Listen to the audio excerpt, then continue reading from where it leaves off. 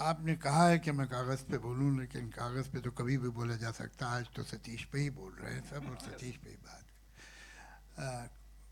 मैं तो कई घंटे बोल सकता हूँ उसके बारे में, लेकिन चलिए थोड़ी जो एक दो चार बातें याद आ रही। मैंने सतीश को पहली दफ़ा पृथ्वी थिएटर में एक प्ले गिधाड़े करते देखा था। मैं जानता भी नहीं था कौन है। तो जब वो प्ले ख़त्म हुआ तो मैं बाहर निकला तो वहीं आपके एनएसडी के दो चार लड़के खड़े थे। कौन था मैं नाम नहीं लेना चाहता। तो मैंने उससे पूछा कि ये एक्टर कौन है। देखिए, दोस्त से बेहतर दुश्मन तो हो ही नहीं सकता ना कोई। तो उन्होंने, वो सतीश के दोस्त थे, कहने साहब ये शौकिया एक्टिंग करता है थिएटर में, वरना वो तो किसी फैक्ट्री में काम करता है। तो मैं बहुत डिसअपॉइंट हुआ। मैंने कहा इतना टैलेंटेड आदमी यार, हम सोचते कि इसे काम वाम दे, कुछ फिल्मों में ले, तो ये तो करते ही नहीं है। चले आए भाई। उसके कई साल बाद मेरी उससे दोबारा मुलाकात हुई। तो मैंने उससे कहा कि आप क्यों फैक्ट्री में काम करते हैं, आप क्यों एक्टिंग पूरी नहीं। तो कहला कौन सी फैक्ट्री में काम करता हूँ साहब, ये किसने आपको बोला। तो मैंने कहा कि भाई फला आप, अरे कहने वो मेरे बहुत अच्छे दोस्त हैं। मैंने कहा इसीलिए कहा होगा शायद। तो उसके बाद हम सागर में एक रोल, हमने उसे, मेरे ख्याल से शायद वो पहली पिक्चर थी उसके बाद, जाने भी दो यारों के बाद। तो रमेश सिप्पी साहब से मैंने मिलवाया। मैंने कहा बहुत अच्छे एक्टर हैं। तो रमेश सिप्पी ने कहा ऐसा कीजिए, अपना कुछ काम मुझे दिखा दीजिए। तो कहने सर वो मैंने एक फिल्म में काम किया, जाने भी दो यारो, तो मैं आपको वो कैसेट दे दूंगा।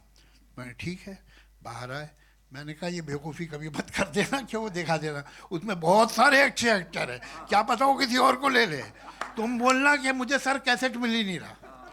तो अल्टीमेटली खैर उनको उस फिल्म में ले लिया गया। उसके बाद हमारी बहुत गहरी एसोसिएशन रही। फिर शेखर का जब वो चीफ असिस्टेंट था तब भी था। फिर जब उसने पिक्चरें बनाई जो मैंने लिखी थी, उसने अच्छा डायरेक्शन दिया था, मैंने ख़राब स्क्रिप्ट लिखी थी, इसलिए गड़बड़ हो गई पिक्चर।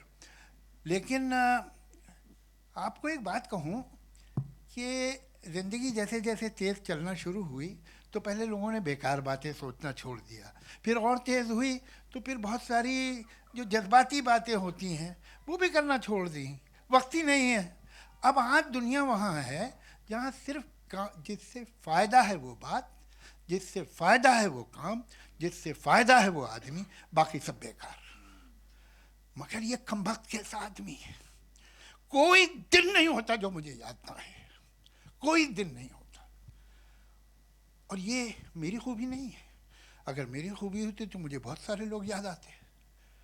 ये उसकी खूबी है। सिंसियरिटी, मोहब्बत, अनकंडीशनल लव जो दे सके एक आदमी, वो आदमी जो आप दुखी बैठे हो, परेशान बैठे हो, वो आ जाए तो आप दुनिया के सारे दुख भूल जाएंगे। वरना सिंसियर लोग आमतौर से बड़े बोरिंग भी होते हैं, मगर वो दिलचस्प आदमी, वो आपके अंदर कहीं भी छुपी हुई खुशी जो है तो ढूंढ के निकाल के ले आता था। कैसा उसमें पैशन, कैसी दोस्ती, कैसी सिंसियरिटी, कैसा सेंस ऑफ ह्यूमर। बहुत रेयर आदमी था वो। और सही बात है कि वो लोग जो उसे करीब से जानते थे, मेरे लिए तो छोटा भाई था, दोस्ती वोस्ती तो क्या, he was a family member for me. तो वो याद तो हमेशा आएगा। और सिर्फ ये कि हम उसे याद कर लें ये काफ़ी नहीं है। उसके इतने सारे जो गुण हैं, उनमें से एक गुण भी अगर हम अपने साथ हमेशा रखें तो ये होगा ट्रिब्यूट उसको। हम भी कुछ किसी से उतने सिंसियर हों, हम में भी वो सेंस ऑफ ह्यूमर हो कि हम किसी दुखी आदमी को मुस्कुराने के मजबूर कर दें, हंसा दें। जहाँ वो जाता, मतलब वो महफिल में जब वो एंटर होता तो 10 आदमी बैठे हैं, सतीश कौशिक आया तो एनर्जी लेवल चेंज हो जाता था। कोई शक ही नहीं इसमें। यानी ये कोई मोहब्बत से मैं नहीं कह रहा हूँ, ये एक रियलिटी है। He was the rare man. और उसके जाने का मुझे तो बहुत दुख है। मैं तो यकीन नहीं रखता हूँ कि मौत के बाद भी कुछ होता है। मैं तो एथीस्ट हूँ, नास्तिक हूँ, तो मुझे बहुत गम है, इसलिए कि मुझे मालूम है कि वो नहीं है।